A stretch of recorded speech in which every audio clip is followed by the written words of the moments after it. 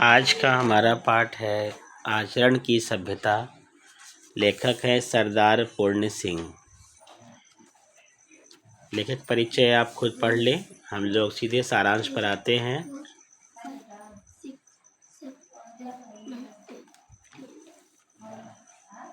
प्रस्तुत निबंध आचरण की सभ्यता में लेखक ने आचरण की श्रेष्ठता प्रतिपादित की है। लेखक की दृष्टि में लंबी चौड़ी बातें करना, बड़ी बड़ी पुस्तकें लिखना और दूसरों को उपदेश देना तो आसान है, किंतु ऊंचे आदर्शों को आचरण में उतारना अत्यंत कठिन है। जिस प्रकार हिमालय की सुंदर चोटियों की रचना में प्रकृति को लाखों वर्ष लगाने पड़े हैं, उसी प्रकार समाज में सभ्य आचरण को विकसित करने में मनुष्य को लाखों वर्षों की साधना करनी पड़ी है। जनसाधारण पर सबसे अधिक प्रभाव सभ्य आचरण का ही पड़ता है। इसलिए यदि हमें पूर्ण मनुष्य बनना है तो अपने आचरण को श्रेष्ठ और सुंदर बनाना होगा। आचरण की सभ्यता न तो बड़े बड़े ग्रंथों से सीखी जा सकती है, न ही मंदिरों, मस्जिदों और गिरजाघरों से। उसका खुला खजाना तो हमें प्रकृति के विराट प्रांगण में मिलता है। आचरण की सभ्यता का पैमाना है परिश्रम, प्रेम और सरल व्यवहार। इसलिए हमें प्रायः श्रमिकों और सामान्य दिखने वाले लोगों में उच्चतम आचरण के दर्शन प्राप्त हो जाते हैं। अब पाठ की शुरुआत करेंगे विस्तार से हम लोग। आचरण की सभ्यता। विद्या, कला, कविता, साहित्य, धन और राजस्व से भी आचरण की सभ्यता अधिक ज्योतिषमती है। आचरण की सभ्यता को प्राप्त करके एक कंगाल आदमी राजाओं के दिलों पर भी अपना प्रभुत्व जमा सकता है। इस सभ्यता के दर्शन से कला, साहित्य और संगीत को अद्भुत सिद्धि प्राप्त होती है। राग अधिक मृदु हो जाता है। विद्या का तीसरा शिव नेत्र खुल जाता है। चित्रकला का मौन राग अलापने लग जाता है। वक्ता चुप हो जाता है। लेखक की लेखनी थम जाती है। मूर्ति बनाने वालों के सामने नए कपोल, नए नयन और नई छवि का दृश्य उपस्थित हो जाता है। आचरण की सभ्यता में भाषा सदा मौन रहती है। इस भाषा का निघंटु शुद्ध श्वेत पत्र वाला है। इसमें नाम मात्र के लिए भी शब्द नहीं। यह सभ्यता चरण नाद करता हुआ भी मौन है। व्याख्यान देता हुआ भी व्याख्यान के पीछे छिपा है। राग गाता हुआ भी राग के सुर के भीतर पड़ा है। मृदु वचनों की मिठास में आचरण की सभ्यता मौन रूप से खुली हुई है। नम्रता, दया, प्रेम और उदारता सब के सब सभ्याचरण की भाषा के मौन व्याख्यान हैं। मनुष्य के जीवन पर मौन व्याख्यान का प्रभाव चिरस्थायी होता है और उसकी आत्मा का एक अंग हो जाता है। न काला, न पीला, न नीला, न सफ़ेद, न पूर्वी, न पश्चिमी, न उत्तरी, न दक्षिणी, बेनाम, बेनिशान, बेमकान विशाल आत्मा के आचरण से मौन रूपिणी सुगंधि सदा प्रसारित हुआ करती है। इसके मौन से प्रसूत प्रेम और पवित्रता, धर्म सारे जगत का कल्याण करके विस्तृत होते हैं। इसकी उपस्थिति से मन और हृदय की ऋतु बदल जाते हैं। तीक्ष्ण गर्मी से जले भुने व्यक्ति आचरण के काले बादलों की बूंदा बूंदी से शीतल हो जाते हैं। मरणोत्पन्न शरद ऋतु में क्लेशातुर हुए पुरुष इनकी सुगंधमय अटल वसंत ऋतु के आनंद का पान करते हैं। आचरण के नेत्र के एक अश्रु से जगत भर के नेत्र भीग जाते हैं। आचरण के आनंद नृत्य से उन्मदिष्णु होकर वृक्षों और पर्वतों तक के हृदय नृत्य करने लगते हैं। आचरण के मौन व्याख्यान से मनुष्य को एक नया जीवन प्राप्त होता है। नए नए विचार स्वयं ही प्रकट होने लगते हैं। सूखे काष्ठ सचमुच ही हरे हो जाते हैं। सूखे कूपों में जल भर आता है। नए नेत्र मिलते हैं। कुल पदार्थों के साथ एक नया मैत्री भाव फूट पड़ता है। सूर्य, जल, वायु, पुष्प, पत्थर, घास पात, नर नारी और बालक तक में एक अश्रुतपूर्व सुंदर मूर्ति के दर्शन होने लगते हैं। मौन रूपी व्याख्यान की महत्ता इतनी बलवती, इतनी अर्थवती और इतनी प्रभावती होती है कि उसके सामने क्या मातृभाषा, क्या साहित्य भाषा और क्या अन्य देश की भाषा सब की सब तुच्छ प्रतीत होती है। अन्य कोई भाषा दिव्य नहीं, केवल आचरण ही की मौन भाषा ही ईश्वरीय है। विचार करके देखो, मौन व्याख्यान किस तरह आपके हृदय की नाड़ी नाड़ी में सुंदरता को पिरो देता है। वह व्याख्यान ही क्या, जिसने हृदय की धुन को, मन के लक्ष्य को ही ना बदल दिया। चंद्रमा की मंद मंद हंसी का तारागण के कटाक्षपूर्ण प्राकृतिक मौन व्याख्यान का प्रभाव किसी कवि के दिल में घुसकर देखो।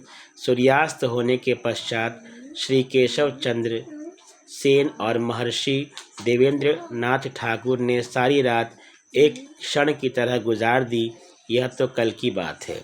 कमल और नरगिस में नयन देखने वाले नेत्रों से पूछो कि मौन व्याख्यान की प्रभुता कितनी दिव्य है। प्रेम की भाषा शब्द रहित है, नेत्रों की, कपोलों की, मस्तक की भाषा भी शब्द रहित है। जीवन का तत्व भी शब्द से परे है। सदा आचरण प्रभावशील, अचल स्थित संयुक्त आचरण ना तो साहित्य के लंबे व्याख्यानों से गढ़ा जा सकता है, ना तो वेद की श्रुतियों के मीठे उपदेश से, ना अंजिल से, ना कुरान से, ना धर्म चर्चा से, ना केवल सत्संग से। जीवन के अरण्य में धंसे हुए पुरुष के हृदय पर प्रकृति और मनुष्य के जीवन के मौन व्याख्यानों के यत्न से सुनार के छोटे हथौड़े की मंद मंद चोटों की तरह आचरण का रूप प्रत्यक्ष होता है। बर्फ का दुपट्टा बांधे हुए हिमालय इस समय तो अति सुंदर, अति ऊंचा और अति गौरवान्वित मालूम होता है, परंतु प्रकृति ने अगणित शताब्दियों के परिश्रम से रेत का एक एक परमाणु समुद्र के जल में डुबोकर और उनको अपने विचित्र हथौड़े से सुडौल करके इस हिमालय के दर्शन कराए हैं। आचरण भी हिमालय की तरह एक ऊंचे कलश वाला मंदिर है। यह वह आम का पेड़ नहीं जिसको मदारी एक क्षण में तुम्हारी आंखों में मिट्टी डालकर अपनी हथेली पर जमा दे। इसके बनने में अनंत काल लगा है। पृथ्वी बन गई, सूर्य बन गया, तारागण आकाश में दौड़ने लगे, परंतु अभी तक आचरण के सुंदर रूप के पूर्ण दर्शन नहीं हुए। कहीं कहीं उसकी अत्यंत छटा अवश्य दिखाई देती है। पुस्तकों में लिखे हुए नुस्खों से तो और भी अधिक बदहजमी हो जाती है। सारे वेद और शास्त्र भी यदि घुलकर पी लिए जाएं तो भी आदर्श आचरण की प्राप्ति नहीं होती। आचरण प्राप्ति की इच्छा रखने वालों को तर्क वितर्क से कुछ भी सहायता नहीं मिलती। शब्द और वाणी तो साधारण जीव के चोचले हैं, ये आचरण की गुप्त गुहा में नहीं प्रवेश कर सकते, वहाँ इनका कुछ भी प्रभाव नहीं पड़ता। वेद इस देश के रहने वालों के विश्वासानुसार ब्रह्मवाणी है, परंतु इतना काल व्यतीत हो जाने पर भी आज तक वे समस्त जगत की भिन्न भिन्न जातियों को संस्कृत भाषा ना बुला सके, ना समझ सके, ना सिखा सके। यह बात हो कैसे? ईश्वर तो सदा मौन है। ईश्वरीय मौन शब्द और भाषा का विषय नहीं, वह केवल आचरण के कान में गुरु मंत्र फूंक सकता है। वह केवल ऋषि के दिल में वेद का ज्ञानोदय कर सकता है। किसी भी आचरण वायु के झोंके से हिल जाए तो हिल जाए, परंतु साहित्य और शब्द की गोलंदाजी और आंधी से उसके सिर के एक बाल तक का बाका न होना एक साधारण बात है।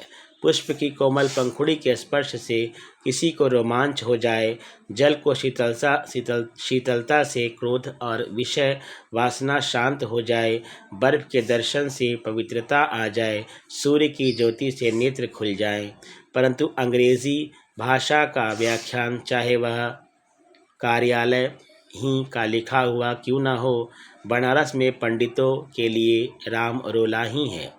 इसी तरह न्याय और व्याकरण की बारीकियों के विषय में पंडितों के द्वारा की गई चर्चाएं और शास्त्रार्थ संस्कृत ज्ञानहीन पुरुषों के लिए स्टीम इंजन के फप फप शब्द से अधिक अर्थ नहीं रखते।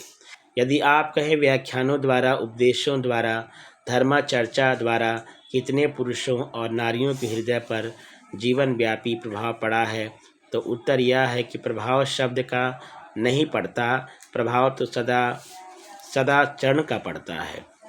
साधारण उपदेश तो हर गिरजे, हर मंदिर और हर मस्जिद में होते हैं, परंतु उनका प्रभाव तभी हम पर पड़ता है जब गिरजे का पादरी स्वयं ईसा होता है, मंदिर का पुजारी स्वयं ब्रह्मर्षि होता है, मस्जिद का मुल्ला स्वयं पैगंबर और रसूल होता है। यदि एक ब्राह्मण किसी डूबती कन्या की रक्षा के लिए, चाहे वह कन्या जिस किसी जाति की हो, जिस किसी मनुष्य की हो, जिस किसी देश की हो, अपने आप को गंगा में फेंक दे, चाहे उसके प्राण यह काम करने में रहे चाहे जाए, तो इस कार्य में प्रेरक आचरण की मौनमयी भाषा किसी देश में, किसी जाति में और किसी काल में कौन नहीं समझ सकता। प्रेम का आचरण, दया का आचरण, क्या पशु क्या मनुष्य, जगत के सभी चराचर आप ही आप समझ लेते हैं। जगत भर के बच्चों की भाषा इस भाष्यहीन भाषा का चिन्ह है। बालकों के इस शुद्ध मौन का नाद और हास्य भी उपदेशों में एक ही सा पाया जाता है। मनुष्य का जीवन इतना विशाल है कि उसके आचरण को रूप देने के लिए नाना प्रकार की ऊंच नीच और भले बुरे विचार, अमीरी और गरीबी, उन्नति और अवनति इत्यादि सहायता पहुँचाते हैं। पवित्र अपवित्रता उतनी ही बलवती है जितनी कि पवित्र पवित्रता। जो कुछ जगत में हो रहा है वह केवल आचरण के विकास के अर्थ में हो रहा है। अंतरात्मा वही काम करती है जो बाहरी पदार्थों के संयोग का प्रतिबिंब होता है। जिनको हम पवित्रात्मा कहते हैं, क्या पता है किन किन कूपों से निकलकर वे अब उदय को प्राप्त हुए हैं। जिनको हम धर्मात्मा कहते हैं, क्या पता है किन किन अधर्मों को करके वे धर्म ज्ञान को पा सके हैं। जिनको हम सभ्य कहते हैं और जो अपने जीवन में पवित्रता को ही सब कुछ समझते हैं, क्या पता है वे कुछ काल पूर्व बुरी और अधर्म पवित्रता में लिप्त रहे हों। अपने जन्म जन्मांतरों के संस्कारों से भरे हुए अंधकार में कोठरी से निकलकर ज्योति और स्वच्छ वायु से परिपूर्ण खुले हुए देश में जब अपना आचरण अपने नेत्र ना खोल चुका हो, तब तक धर्म के गूढ़ तत्व कैसे समझ में आ सकते हैं। नेत्र रहित को सूर्य से क्या लाभ, हृदय रहित को प्रेम से क्या लाभ, बहरे को राग से क्या लाभ।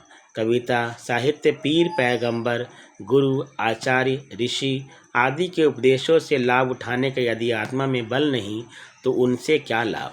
जब तक यह जीवन का बीज पृथ्वी के मल मूत्र के ढेर में पड़ा है, अथवा जब तक वह खाद की गर्मी से अंकुरित नहीं हुआ और प्रस्फुटित होकर उससे दो नए पत्ते ऊपर नहीं निकल आए, तब तक ज्योति और वायु उससे किस काम की। वह आचरण जो धर्म संप्रदाय के अनुचरित शब्दों को सुनाया है, हम में कहाँ। जब वही नहीं, तब फिर क्यों ना ये संप्रदाय हमारे मानसिक महाभारतों के कुरुक्षेत्र बने। क्यों ना प्रेम, अपवित्र, हत्या और अत्याचार इन संप्रदायों के नाम से हमारा खून करे। कोई भी संप्रदाय आचरण रहित पुरुषों के लिए कल्याणकारी या कल्याणकारक नहीं हो सकता। आचरण वाले पुरुषों के लिए सभी धर्म संप्रदाय कल्याणकारक हैं। सच्चा साधु धर्म को गौरव देता है, धर्म किसी को गौरवान्वित नहीं करता। आचरण का विकास जीवन का परमोद्देश्य है। आचरण के विकास के लिए नाना प्रकार की सामग्रियों का जो संसार संभूत शारीरिक, प्राकृतिक, मानसिक और आध्यात्मिक जीवन में वर्तमान है, उन सब की क्या एक पुरुष और क्या एक जाति के आचरण के विकास के साधनों के संबंध में विचार करना होगा। आचरण के विकास के लिए जितने कर्म हैं, उन सबको आचरण के संगठनकर्ता धर्म के अंग मानना पड़ेगा। चाहे कोई कितना ही बड़ा महात्मा क्यों न हो, वह निश्चय पूर्वक यह नहीं कह सकता कि यो ही करो और किसी तरह नहीं। आचरण की सभ्यता की प्राप्ति के लिए हम सबको एक पथ नहीं बता सकता। आचरणशील महात्मा स्वयं भी किसी अन्य की बनाई हुई सड़क से नहीं आया, उसने अपनी सड़क स्वयं ही बनाई थी। इसी से उसके बनाए हुए रास्ते पर चलकर हम भी अपने आचरण को आदर्श के ढांचे में नहीं ढाल सकते। हमें अपना रास्ता अपनी जीवन की कुदाली की एक एक चोट से रात दिन बनाना पड़ेगा और उसी पर चलना भी पड़ेगा। हर किसी को अपने देश कालानुसार राम प्राप्ति के लिए अपनी नैया आप ही बनानी पड़ेगी और आप ही चलानी पड़ेगी। यदि मुझे ईश्वर का ज्ञान नहीं तो ऐसे ज्ञान से ही क्या प्रयोजन। जब तक मैं हथौड़ा ठीक ठाक चलाता हूँ और रूपहीन लोहे को तलवार के रूप में गढ़ देता हूँ, तब तक मुझे ईश्वर का ज्ञान नहीं तो नहीं होने दो। उस ज्ञान से मुझे प्रयोजन ही क्या। जब तक मैं अपना उद्धार ठीक और शुद्ध रीति से किए जाता हूँ, तब तक यदि मुझे आध्यात्मिक पवित्रता का ज्ञान नहीं होता तो ना होने दो। उससे सिद्धि ही क्या हो सकती है। जब तक किसी जहाज़ के कप्तान के हृदय में इतनी वीरता भरी हुई है कि वह महाभयानक समय में अपने जहाज़ को नहीं छोड़ता, तब तक यदि वह मेरी और तेरी दृष्टि में शराबी और स्त्रैण है तो उसे वैसा ही होने दो। उसकी बुरी बातों से हमें प्रयोजन ही क्या। आंधी हो, बर्फ़ हो, बिजली की कड़क हो, समुद्र का तूफान हो, वह दिन रात आँख खोले अपने जहाज़ की रक्षा के लिए जहाज़ के पुल पर घूमता हुआ अपने धर्म का पालन करता है। वह अपने जहाज़ के साथ समुद्र में डूब जाता है, परंतु अपना जीवन बचाने के लिए कोई उपाय नहीं करता। क्या उसके आचरण का यह अंश मेरे तेरे बिस्तर और आसन पर बैठे बिठाए कहे हुए निरर्थक शब्दों के भाव से कम महत्व का है। ना मैं किसी गिरजे में जाता हूँ, ना किसी मंदिर में, ना मैं नमाज़ पढ़ता हूँ, ना रोज़ा ही रखता हूँ, ना संध्या ही करता हूँ, ना कोई देव पूजा ही करता हूँ, ना किसी आचार्य के नाम का मुझे पता है और ना किसी के आगे मैंने सिर ही झुकाया है। तो इससे प्रयोजन ही क्या और इससे हानि भी क्या। मैं तो अपनी खेती करता हूँ, अपने हल और बैलों को प्रातःकाल उठकर प्रणाम करता हूँ। मेरा जीवन जंगल के पेड़ों और पत्तियों की संगति में गुजरता है। आकाश के बादलों को देखते मेरा दिन निकल जाता है। मैं किसी को धोखा नहीं देता। हाँ, यदि मुझे कोई धोखा दे तो उससे मेरी कोई हानि नहीं। मेरे खेत में अन्न उग रहा है, मेरा घर अन्न से भरा है। बिस्तर के लिए मुझे एक कंबली काफ़ी है, कमर के लिए रंगोटी और सिर के लिए एक टोपी बस है। हाथ पांव मेरे बलवान हैं, शरीर मेरा निरोग है। भूख खूब लगती है। बाजार और मकई, छाछ और दही, दूध और मक्खन मुझे और मेरे बच्चों को खाने के लिए मिल जाता है। क्या इस किसान की सादगी और सच्चाई में वह मिठास नहीं जिसकी प्राप्ति के लिए भिन्न भिन्न संप्रदाय लंबी चौड़ी और चिकनी चुपड़ी बातों द्वारा दीक्षा की दिया करते हैं।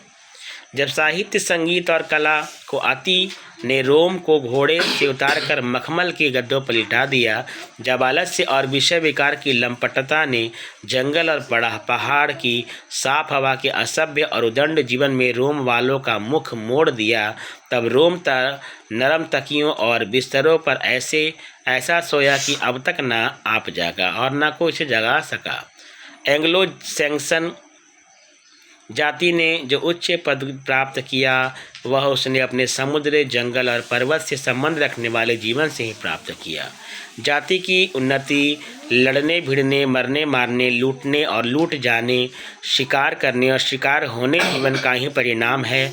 लोग कहते केवल धर्म ही जाति की उन्नति करता है। यह ठीक है, परंतु यह धर्मांकुर जो जाति को उन्नत करता है, इस सभ्य कमीने पापमय आजीवन की गंदी राख के ढेर के ऊपर नहीं उगता है। मंदिरों और गिरजों की मंद मंद टिमटिमाती हुई मोमबत्तियों की रोशनी से यूरोप इस उच्चावस्था को नहीं पहुंचा। वह कठोर जीवन जिसको देशांतरों को ढूंढते फिरते रहने के बिना शांति नहीं मिलती, जिसकी अंतर्ज्वाला दूसरी जातियों को जीतने, लूटने, मारने और उन पर राज करने के बिना मंद नहीं पड़ती। केवल वही विशाल जीवन समुद्र की छाती पर मूंग दलकर और पहाड़ों को फांद कर उनको उस महानता की ओर ले गया और ले जा रहा है।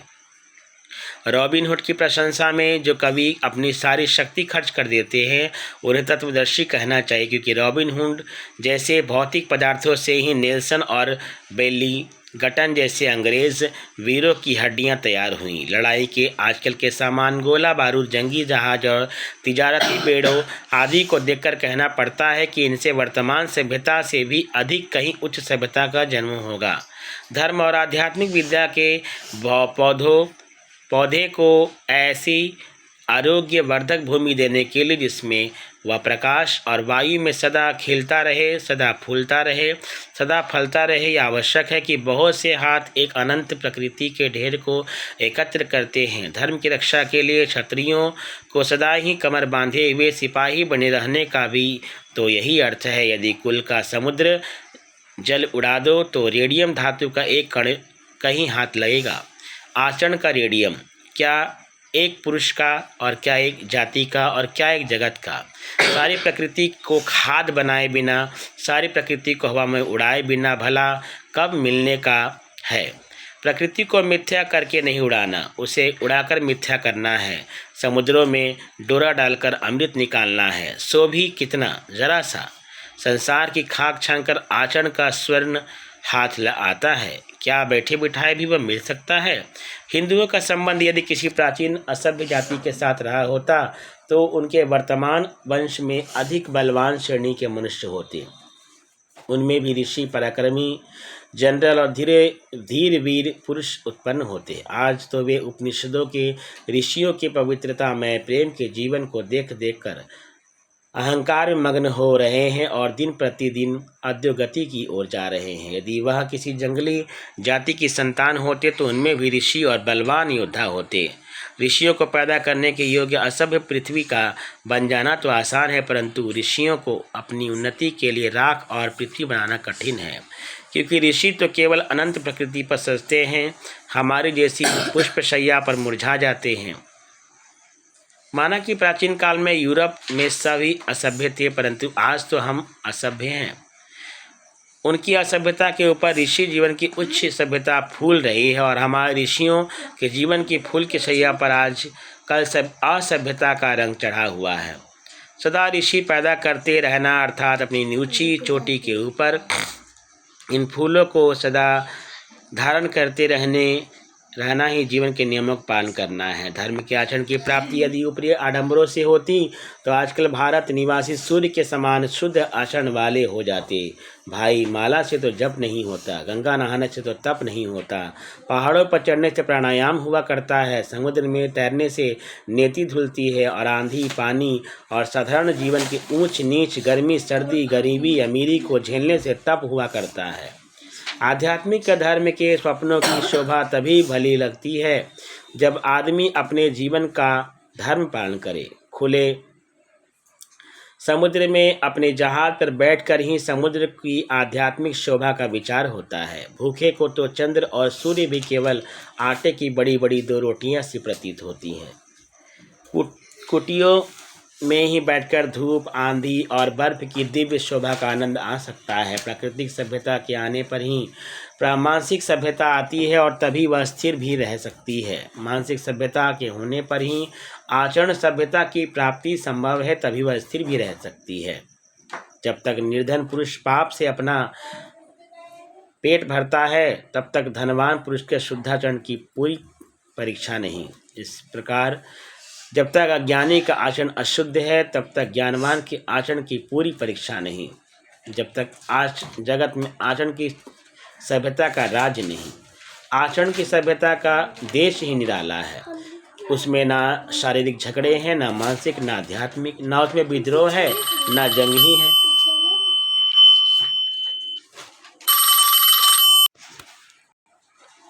आचरण की सभ्यता का देश ही निराला है। उसमें ना तो शारीरिक झगड़े हैं, ना मानसिक, ना आध्यात्मिक, ना उसमें विद्रोह ही है, ना जंग ही का नामो निशान है। ना वहाँ कोई ऊंचा है, ना नीचा है, ना कोई धनवान है, ना कोई निर्धन। वहाँ प्रकृति का नाम नहीं, वहाँ तो प्रेम और एकता का अखंड राज्य रहता है। जिस समय आचरण की सभ्यता संसार में आती है उस समय नीले आकाश से मनुष्य को वेद ध्वनि सुनाई देती है। नर नारी पुष्पवत खिलते जाते हैं, प्रभात हो जाता है, प्रभात का गजर बज जाता है, नारद की वीणा अलापने लगती है, ध्रुव का शंख गूंज उठता है, प्रहलाद का नृत्य होता है, शिव का डमरू बजता है, कृष्ण की बांसुरी की धुन प्रारंभ हो जाती है। जहाँ ऐसे शब्द होते हैं, जहाँ ऐसे पुरुष रहते हैं, वहाँ ऐसी ज्योति होती है। वहीं आचरण की सभ्यता का सुनहरा देश है। वही देश मनुष्य का स्वदेश है। जब तक घर न पहुँच जाए सोना अच्छा नहीं, चाहे वेदों में, चाहे इंजील में, चाहे कुरान में, चाहे त्रिपिटक अर्थात त्रिपिटक में, चाहे इस स्थान में चाहे उस स्थान में, कहीं भी सोना अच्छा नहीं।